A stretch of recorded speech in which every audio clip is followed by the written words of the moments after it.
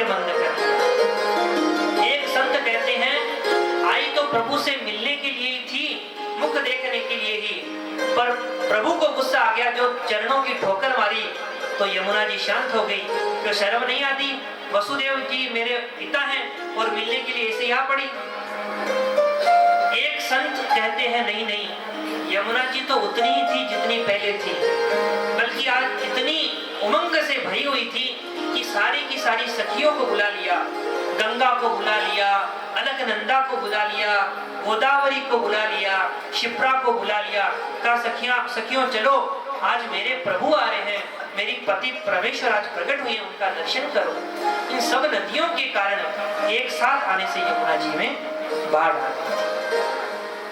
चले वसुदेव जी आगे चलकर जब पहुंचे गोकुल, तो संपूर्ण गोकुलवासी योग माया के प्रभाव से गहरी नींद में सो रहे हैं।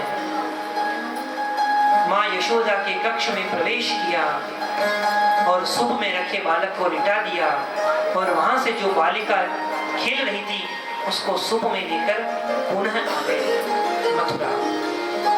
जैसे कारागृह में पहुंचे, दरवाजे अपने आप बंद हो गए, हथकड़ियां लग गई, और जब वह बालिका जोर जोर से चिल्लाने लगी तो सैनिकों की नींद खुल गई, और जाके महाराज का सोचा, महाराज देवकी का 8वां गर्भ हो गया।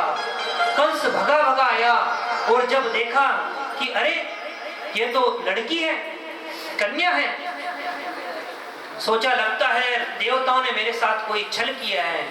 कहीं सोचने लगे होंगे कि अगर कन्या को देखेगा यह कंस तो कहीं दयावान नहीं हो जाए, कहीं दया नहीं आ जाए, लेकिन मैं इसे भी नहीं छोड़ूंगा।